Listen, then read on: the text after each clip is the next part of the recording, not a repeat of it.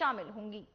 15 नवंबर भगवान बिरसा मुंडा की जयंती है और उनकी जयंती का 150 साल भी चल रहा है, तो 150वीं जयंती समारोह भी मना रहे हैं।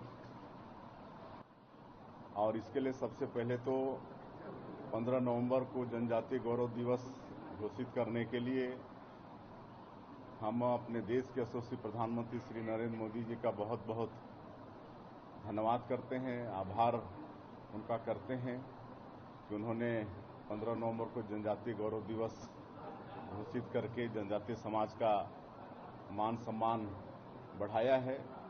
भगवान बिरसा मुंडा मात्र 25 वर्ष जिए, बहुत कम उनकी उम्र थी, लेकिन इतने कम समय में ही उन्होंने अंग्रेजों के दांत खट्टे कर दिए और वो शहीद हो गए। उन्हीं के यादगार में 15 नवंबर जनजातीय गौरव दिवस के रूप में घोषित हुआ है और ये अच्छे से मने हमारे प्रदेश में। पिछले साल भी हम लोग बहुत अच्छे से मनाए थे और इस साल भी अच्छे से जनजातीय गौरव दिवस का कार्यक्रम हमारे प्रदेश में हो, इसके लिए आज एक दिन का एक कार्यशाला का आयोजन हुआ है, जिसमें हमारे राष्ट्रीय एसटी मोर्चा के अध्यक्ष श्री समीर उरांव जी यहाँ पर पधारे हैं और जो राष्ट्रीय सह संगठन महामंत्री हैं वी सतीश जी, वो भी पधारे हैं। और इस कार्यशाला में हमारे प्रदेश भर के हमारे जनजातीय समाज के सांसद, विधायक, एसटी मोर्चा के सभी पदाधिकारी और कार्यकर्ता मौजूद हैं। सब चर्चा होगी कार्यशाला में और अच्छे से अच्छे इसको मनाएंगे, इस पर चर्चा होगी। तो वहीं छत्तीसगढ़ राज्य के स्थापना दिवस की 25वीं वर्षगांठ यानी सिल्वर जुबली को लेकर डिप्टी सीएम का बयान सामने आया है। उन्होंने कहा कि प्रदेश भर में हजारों परिवारों को उनके सपनों का घर मिलने जा रहा है। प्रधानमंत्री आवास योजना के तहत 1 नवंबर को सरगुजा जिले के 9,368 हितग्राही एक साथ अपने नए पक्के मकानों में गृह प्रवेश करेंगे। इस बड़े आयोजन को लेकर तैयारियां जोरों पर है। नवा रायपुर में अचल नगर में एक भव्य राज्य स्तरीय समारोह का आयोजन भी किया जाएगा। इस कार्यक्रम में प्रधानमंत्री नरेंद्र मोदी वीडियो कॉन्फ्रेंसिंग के माध्यम से जुड़ेंगे। वे प्रदेश के 3.51 लाख से अधिक लाभार्थियों को प्रतीकात्मक रूप से गृह प्रवेश कराएंगे, जिनके आवास हाल ही में बनकर तैयार हुए हैं। वहीं सरगुजा जिले में भी इसी आपको बता दें अवधि में 9,368 आवासों का निर्माण पूरा हुआ है। जो भूपेश बघेल जी की थी, उन्होंने 18 लाख गरीबों के आवास रोक कर रखे थे और ये वादा था जनता के साथ कि नई सरकार भाजपा की बनेगी तो 18 लाख प्रधानमंत्री आवास दिए जाएंगे। माननीय विष्णुदेव साय जी की सरकार बनते ही कैबिनेट की पहली बैठक का पहला प्रस्ताव इस सरकार का है, जिसमें 18 लाख गरीबों के आवास स्वीकृत किए गए। उसके लिए राशि की व्यवस्था की गई और आपको मुझे बताते बड़ा हर्ष हो रहा है कि 18 के 18 लाख आवास स्वीकृत किए जा चुके हैं। अब उसमें आपको ध्यान होगा कि प्रतिदिन हमारे यहाँ 18,000 लगभग आवास हम बना रहे हैं। पिछली बार जब मोदी जी का बिलासपुर आना हुआ था तो उन्होंने प्रधानमंत्री आवास ग्रामीण के 3 लाख आवासों का गृह प्रवेश कराया था। इस बार यह संख्या और बड़ी होने वाली और इतने लाखों आवासों का गृह प्रवेश कराना और लाखों नए आवासों की स्वीकृति देना, ये मोदी जी इस बार करेंगे। ये भारत का सबसे बड़ी संख्या प्रधानमंत्री आवास ग्रामीण के लिए होगी। तो वहीं छत्तीसगढ़ स्थापना दिवस के अवसर पर आयोजित रजत जयंती महोत्सव का शुभारंभ प्रधानमंत्री नरेंद्र मोदी 1 नवंबर को करेंगे। नवा रायपुर अटल नगर में कार्यक्रम की तैयारियों का जायजा लेने पहुंचे मंत्री केदार कश्यप और ओपी चौधरी ने राज्योत्सव मैदान का निरीक्षण किया और जिला अधिकारियों आपको बताते चले संबंधित अधिकारियों को दिशा निर्देश भी दिए। महोत्सव को ऐतिहासिक बनाने की तैयारियां अंतिम चरण में है। इस भव्य आयोजन में प्रदेश भर से लाखों लोगों के पहुंचने की संभावना भी जताई जा रही है। हिंदुस्तान का हृदय छत्तीसगढ़, माता कौशल्या की जन्मभूमि और प्रभु श्री राम का ननिहाल। आज ये समृद्ध और युवा राज्य अपने 25 साल की स्वर्णिम यात्रा पूरी कर रहा है और इस ऐतिहासिक अवसर को और खास बनाने रायपुर आ रहे हैं प्रधानमंत्री नरेंद्र मोदी। पीएम मोदी करेंगे रजत महोत्सव का शुभारंभ और देंगे नए छत्तीसगढ़ को विकास की नई दिशा। 25 साल का स्वर्णिम यात्रा, समृद्धि और विकास का जश्न। नए विधानसभा भवन में नई शुरुआत का इंतजार। वीर नारायण सिंह संग्रहालय, आदिवासी गौरव का प्रतीक। पीएम मोदी की उपस्थिति, जनता में उत्साह और उमंग। छत्तीसगढ़ के युवा, सांस्कृतिक और पर्यटन का भविष्य। राज्य की उपलब्धियों पर गर्व, चुनौतियों पर नजर। रजत महोत्सव नहीं सिर्फ समारोह बल्कि नए छत्तीसगढ़ की पहचान। छत्तीसगढ़ प्रकृति, संस्कृति और संघर्ष की अनुपम धरा। 1 नवंबर 2000 को अस्तित्व में आने वाला ये राज्य आज 25 वर्षों की गौरव गाथा लिख चुका है। स्थापना के पहले संघर्षों, परिश्रम और आत्मनिर्भरता की मिसाल देने वाले छत्तीसगढ़ वासियों ने इसे केवल एक राज्य नहीं बल्कि समृद्धि, विकास और लोकतांत्रिक पहचान का प्रतीक बना दिया है। इस राज्य स्थापना दिवस पर पूरा छत्तीसगढ़ सज धज कर तैयार है रजत महोत्सव मनाने के लिए, जहाँ विकास, जनता की शक्ति और प्रधानमंत्री मोदी के मार्गदर्शन में नए छत्तीसगढ़ की दिशा तय होगी। 1 नवंबर 2025 का दिन छत्तीसगढ़ के इतिहास में सुनहरे अक्षरों में दर्ज होगा, जब प्रधानमंत्री नरेंद्र मोदी रायपुर पहुंचकर करेंगे नए विधानसभा भवन का लोकार्पण और वीर नारायण सिंह आदिवासी स्वतंत्रता सेनानी संग्रहालय का शुभारंभ। रायपुर में होने वाली भव्य जनसभा में पीएम मोदी छत्तीसगढ़ की जनता को देंगे विकास की नई सौगातें। इस दौरान वे राज्य के 25 साल की उपलब्धियों को रेखांकित करेंगे और विकसित भारत 2047 के विजन पर भी करेंगे चर्चा। रजत जयंती सिर्फ एक समारोह नहीं बल्कि छत्तीसगढ़ के उस नए युग की शुरुआत है जहां परंपरा और प्रगति साथ साथ कदम बढ़ा रहे हैं। आजादी के 75 सालों तक भी हमारा पूरा देश गवर्न हुआ करता था उन कानूनों के मदद से जो इंग्लैंड की सदी में पारित हुए थे। IPC, Indian penal code, criminal procedural code और इंडियन एविडेंस एक्ट, इन तीनों ही कानूनों के स्थान पर भारत की संसद में पारित कानून, आईपीसी के स्थान पर भारतीय न्याय संहिता, सीआरपीसी के स्थान पर भारतीय नागरिक सुरक्षा संहिता और इंडियन एविडेंस एक्ट के स्थान पर भारतीय साक्ष्य अधिनियम, ये तीनों पारित हुए हैं और ये लागू हुए हैं अभी 2024 से। इस पर एक प्रदर्शनी, अभी जब राज्योत्सव 1 तारीख से 5 तारीख के बीच में है, तो इस पर एक प्रदर्शनी रखी गई है। इस पर जो भी वहां आगंतुक होंगे उनका एक क्विज कंपटीशन भी हो सकता है, अगर वो पार्टिसिपेट करना चाहें तो। उस क्विज कंपटीशन में जरूर इनाम एक पक्का होगा अगर आप प्रतिभागी बनते हैं तो। इसके साथ ही साथ एक छोटा नाट्य मंचन करके भी इन कानूनों को समझाया गया है। मेरा आपसे विनम्र आग्रह है, आप राज्योत्सव में जरूर आए और जब आप राज्योत्सव में आए तो इस प्रदर्शनी में जरूर आए। ये हमारे देश के बड़े बदलाव की एक तस्वीर है जो माननीय नरेंद्र मोदी जी के, माननीय अमित शाह जी के माध्यम से देश में लाया गया है। माननीय विष्णुदेव साय जी के मार्गदर्शन में होने वाले इस पूरे कार्यक्रम में आप जरूर सहभागी बने। बहुत बहुत धन्यवाद।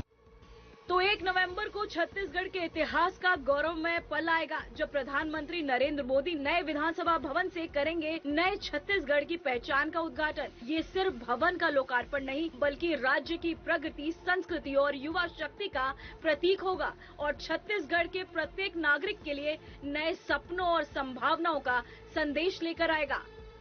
Bureau report, Aryan TV.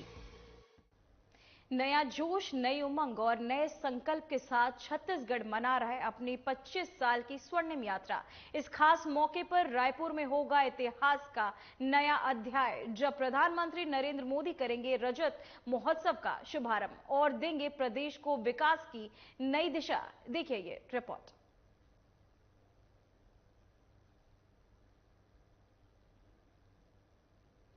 तो वहीं उप मुख्यमंत्री अरुण साव ने 29 अक्टूबर को भव्य मानस मंच के जीर्णोद्धार कार्य का लोकार्पण किया।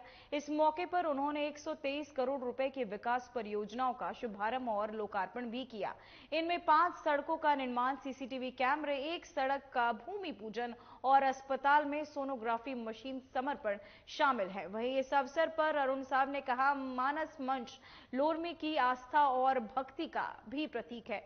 मंच के सौंदर्यीकरण पर 1 1.67 करोड़, सीसीटीवी पर 45.47 लाख और सड़कों पर 88.65 करोड़ रुपए खर्च हुए हैं। इस अवसर पर दीप प्रज्वलन कर नगरवासियों ने प्रभु श्री राम के प्रति श्रद्धा व्यक्त की। 2 से 10 नवंबर तक चिन्मयानंद बाबूजी की श्री राम कथा का आयोजन भी होगा।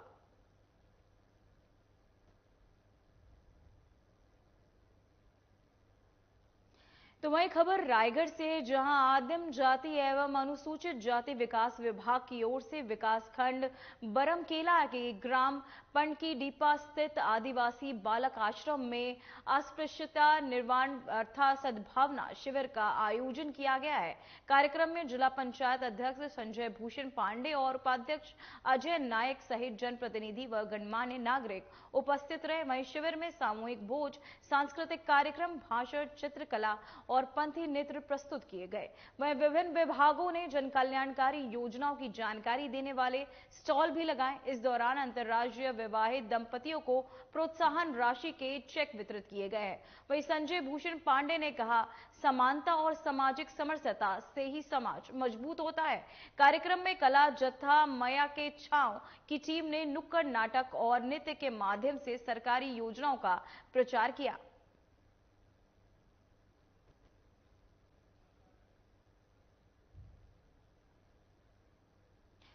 तो वही खबर सामने आ रही है, जहां मनेंद्रगढ़ में एसीबी की बड़ी कार्यवाही। लोक निर्माण विभाग के एसडीओ कार्यालय में रेड। सब इंजीनियर छात्रपाल रिश्वत लेते गिरफ्तार। ठेकेदार अंकित मित्रा रिश्वत मामले में गिरफ्तार। तो वहीं आपको बताते चले, एसीबी ने लोक निर्माण विभाग के एसडीओ कार्यालय में बड़ी कार्यवाही की। टीम ने सब इंजीनियर छत्रपाल को रिश्वत लेते रंगे हाथ गिरफ्तार किया। वहीं जानकारी के अनुसार आरोपी ने ठेकेदार से भुगतान के एवज में रिश्वत की मांग की थी। वहीं एसीबी की टीम को सूचना मिलने पर कार्यालय में छापा मारा गया, जहां छत्रपाल को रिश्वत लेते पकड़ा गया। इस मामले में ठेकेदार अंकित मित्रा को आपको बताते चले सह आरोपी के रूप में गिरफ्तार किया गया। एसीबी अधिकारियों ने मौके से रिश्वत की रकम और संबंधित दस्तावेज भी जब्त किए। फिलहाल दोनों से पूछताछ जारी और आगे की कानूनी कार्यवाही की जा रही है। तो वहीं आपको बताते चले, खबर सामने आ रही है, जहां सब इंजीनियर छात्रपाल रिश्वत लेते गिरफ्तार किए गए। ठेकेदार अंकित मित्रा रिश्वत मामले में गिरफ्तार। मनेंद्रगढ़ में एसीबी की ये बड़ी कार्यवाही देखने को मिली। तो वहीं खबर भरतपुर से, जहां प्राथमिक शालाओं में शिक्षा व्यवस्था की लापरवाही उजागर हुई है। कर्री, जवारी टोला और छिरहा टोला के स्कूलों में समय से पहले छुट्टी कर दी गई, जबकि शिक्षक स्कूल में मौजूद नहीं थे। क्षेत्र में करीब 300 स्कूलों में अनुशासनहीनता देखी जा रही है, जिससे बच्चों की पढ़ाई प्रभावित हो रही है और ग्रामीणों और अभिभावकों ने दोषी शिक्षकों पर कार्यवाही और नियमित निरीक्षण की मांग की है। लोगों ने कहा, बच्चों के भविष्य के लिए जरूरी है कि शिक्षक अपनी जिम्मेदारी समझे और शिक्षा विभाग ठोस कदम उठाए।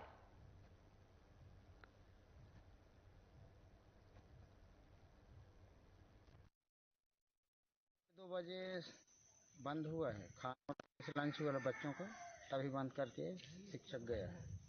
कितने शिक्षक आए थे? एक शिक्षक आया था मदन सिंह, और जो सहायिका लोग हैं वो दोनों थे। मतलब यहाँ कितने शिक्षक पदस्थ हैं?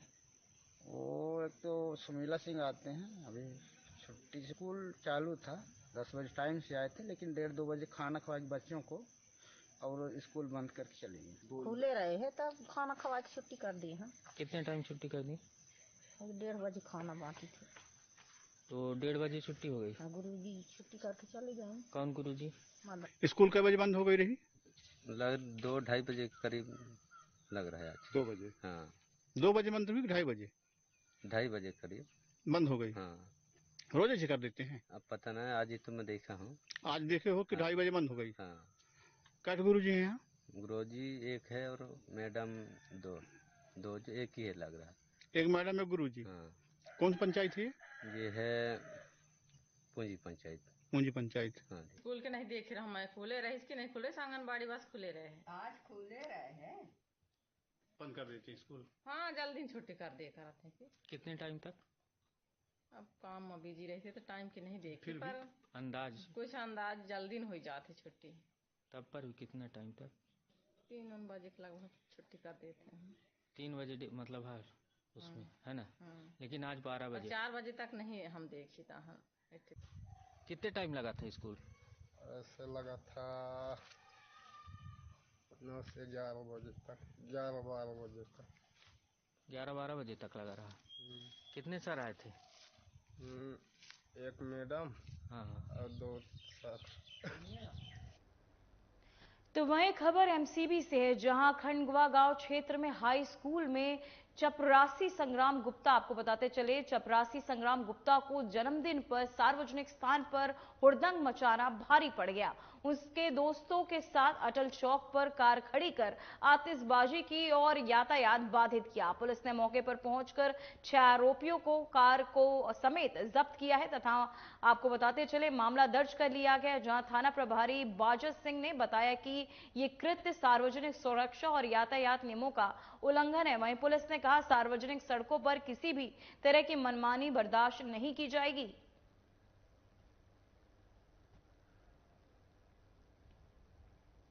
फिलहाल खबरों में इतना ही, मुझे दीजिए इजाजत, नमस्कार।